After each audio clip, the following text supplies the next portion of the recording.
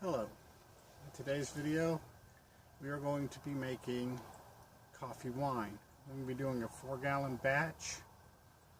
2 gallons will be used to make a coffee liqueur, and 2 gallons will be take it and let age. Coffee wine takes approximately 18 to 24 months to age where it's fit to drink. I'm going to be using 4 10-ounce cans of coffee, and I'm also going to be using 150 ounces of molasses. I've always wanted to try a wine with molasses. I've read about it. I've done it several times, or I haven't actually done it. I've seen it done several times, and it just seems like something to do, an experiment, for lack of a better term. I'm also going to be putting 6 pounds of brown sugar in.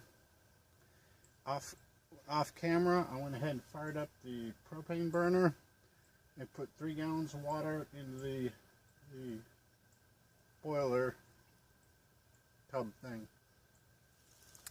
Sinus strain. The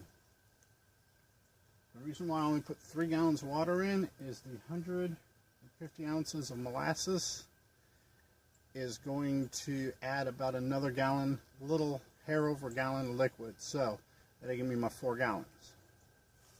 First we're going to do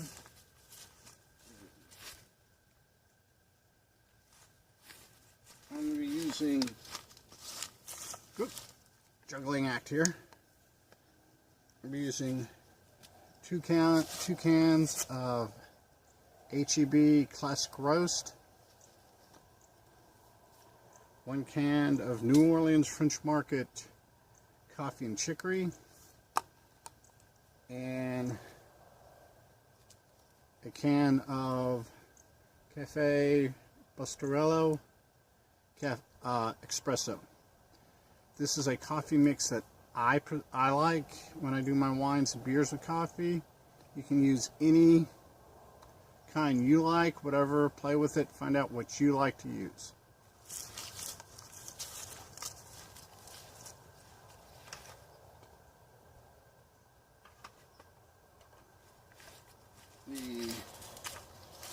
The maple syrup or cane syrup I'm going to be using is Steen's.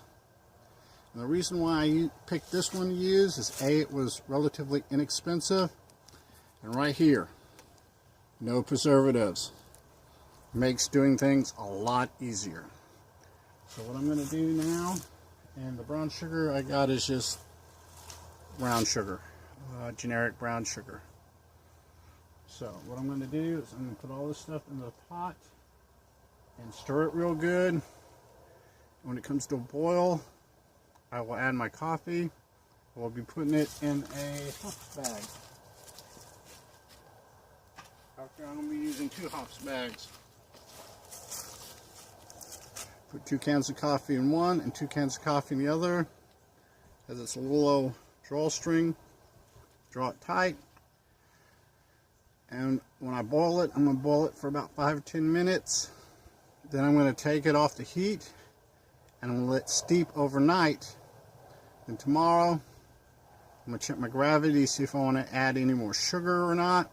See where I'm standing there. And if I don't, I'll go ahead and put it in the fermenter and pitch my yeast. So, without further ado, let's start putting ingredients in.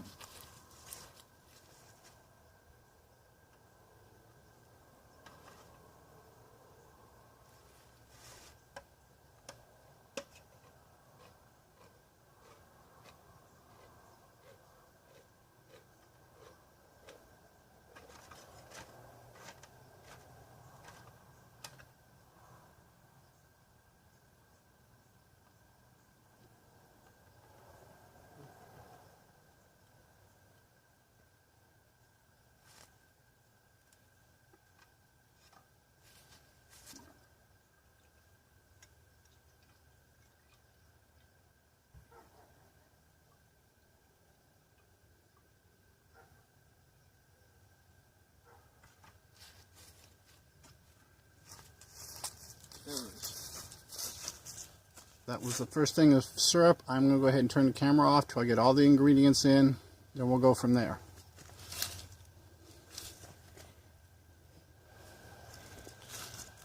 Okay, it got darker than faster than I anticipated. I had to bring the light out. It's kind of glaring off the cook pot, but you can see what's going on. I've got everything added in. It's still waiting to come to a boil.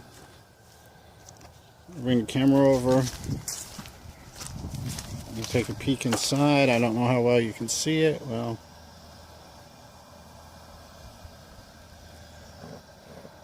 there it is. Hope you can see this. I don't know if it's too dark or, but I'll see it in post. But like I said, we're gonna bring this to a boil. Put the camera back where it's supposed to go.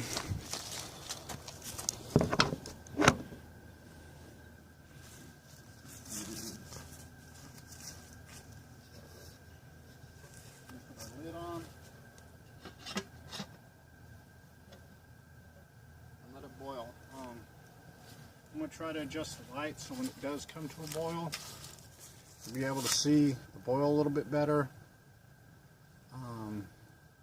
So, got everything cooking. I will probably clean up my mess before my wife kills me. Like I said, we'll check back in. I'll turn the video back on once I get the get a boil. Let you see it boiling. It says it's probably going to be about a 10-minute boil. I'm going to kill the heat and set it inside to steep. I'm going to set it inside. Right over here off camera is my shed, work shed, brew shed, and we're going to go ahead and do that. And tomorrow, if I'm happy with the gravity, I'll probably bring it up, let it boil for a minute or so to kill off anything that may have settled into it over the night. Then I'm going to kill the heat again. Then we'll go from there. Also, when I did the ingredients earlier, I forgot to mention that I did use a pound of non-fermentable lactose sugar. So what that does is gives it a nice silky, smooths out the rough edges and stuff, and gives a real pleasant hint of cream or milk or whatever you like in your coffee. It's something I like. You don't have to do it. It's just something I enjoy the taste of. So, until we get to a boil, we'll kill the camera.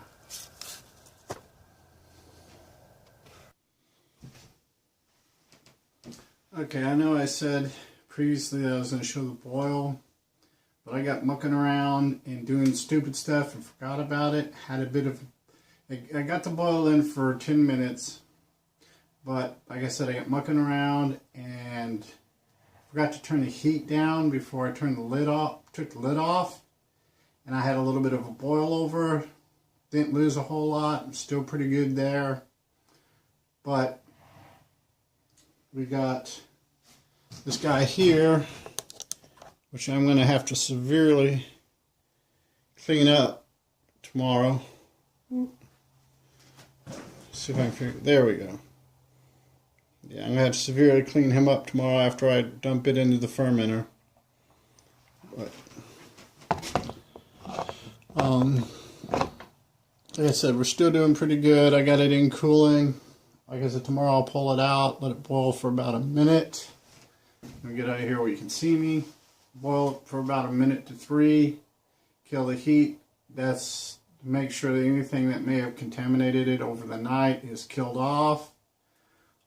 Got a real lovely coffee smell. The sugars are doing what they're supposed to do. Yeah, the boil over left that sticky, real sticky. But I think we're still going to have enough to do a good must. Also, there's something I was forgetting to say. I may remember it when I do part 2 of this video. So, till next time, leave comments, subscribe, hit the little bell.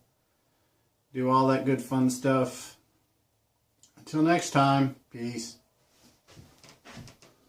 P.S. I did remember what I was going to tell you, and it's the bags over here that I put the coffee in had worked themselves loose, and I got all the coffee dumped into the must. So it's not too crazy bad. It's just I got to filter it at some point. I will probably, when I rack it the first time, pull the coffee grounds out because of the siphonless fermenters I use. That'll all settle to the bottom and be below the spigot, and we should be good.